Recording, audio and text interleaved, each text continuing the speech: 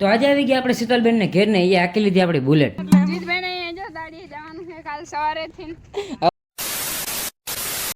કહાની કંઈક એવી છે. તો રામ રામ બધા સબસ્ક્રાઈબરને સ્વાગત છે તમારું મારા એક નવા બ્લોગમાં. સવારના પોરમાં ભાઈ ગાડી ધોઈને હાલતા થઈ ગયા ડાયરેક્ટ વંડી બાજુ, કેમ કે ભાઈ આપણે હતા જાનિયા અને અહીંયા આવીને જો ત્યાં વિધિ વિધાનથી ભાઈ બધું કામકાજ હાલતું હતું ને આ ભાઈ જો કંઈક અલગ જ રીતે એના કામમાં વ્યસ્ત છે હો. પછી થઈ ગઈ વરરાજાની મસ્ત મજાની એન્ટ્રી.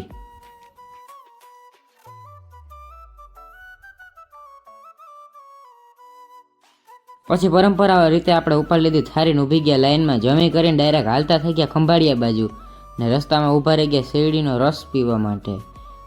ઘરે આવીને ડાયરેક્ટ આપણે થવાનું થઈ ગયું જુવાનગઢ ને બેનભાઈ બે ડાયરેક્ટ હાલતા થઈ ગયા મારી જ મૂકી બુલેટ. આવી ગયા જુવાનગઢ ને અહીં હતું ભાઈ મારા આધાર કાર્ડનું થોડું ઘણું કામ, એટલે એ કરાવવા આવ્યા હતા. એ બધું કામ બધું કમ્પ્લીટ કરીને હાલતા થઈ ગયા ડાયરેક્ટ આપણે જુવાનગઢ વાળા ઘર બાજુ. અહીં ઘેર આવીને જો કેમ બાકી મસ્ત મજાનું આપણું ફર્યું કેવું લાગે જરા કમેન્ટ કરજો. અહીં આવીને રમાડ લીધા ગલુડિયા. જો ગલુડિયા કેમ છે બાકી નાના નાના. હા ભાઈ તો જો આખું નથી ખોલી બિચારાને.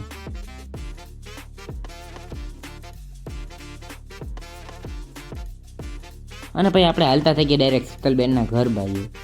અહીંયા આવીને જોયું ત્યાં તો જો કામે વર્ગી ગયા ડાયરેક્ટ આવ્યા ભેગા. માફિયો હું દાડી એટલે જીતબેન અહીંયા જો દાડીએ જવાનું છે કાલ સવારેથી. હવે 100 રૂપિયામાં 150 રૂપિયા. અને અહીંયા આવીને આપણે મળી લીધા આખી ફેમિલીને.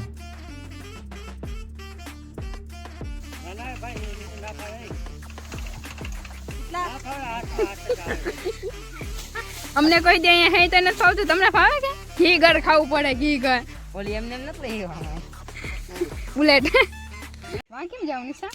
ક્યાં વાં દે ઇથે મળી જા લે. આ કોણ હે? હું મારા ઘર હાટુ કદી અહીંયા નથી અંદર આવી. એ હારું તમારા હાટુ છે ને એટલી મહેનત કરું છું. પછી કાકાએ દેવરાજે મારી લીધી બુલેટની ચક્કર. હવે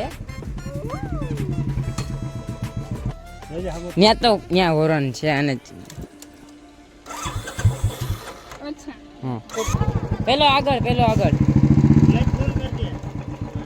ભાઈ બીજો ઘર પાછળ હે યાદ રાખજો. રેડી. પછી એમ બે બેનભાઈ હાલતા થઈ ગયા ઘર બાજુ. તો આજના બ્લોગમાં આટલું. આઈ હોપ કે તમને આજનો વિડીયો સારો લાગ્યો હોય તો વિડીયો સારો લાગ્યો હોય તો આપણી ચેનલ લાઈક સબસ્ક્રાઈબ કરવાનું ભૂલતા નહીં. ત્યાં સુધી બધા રામે રામ સબસ્ક્રાઈબર ને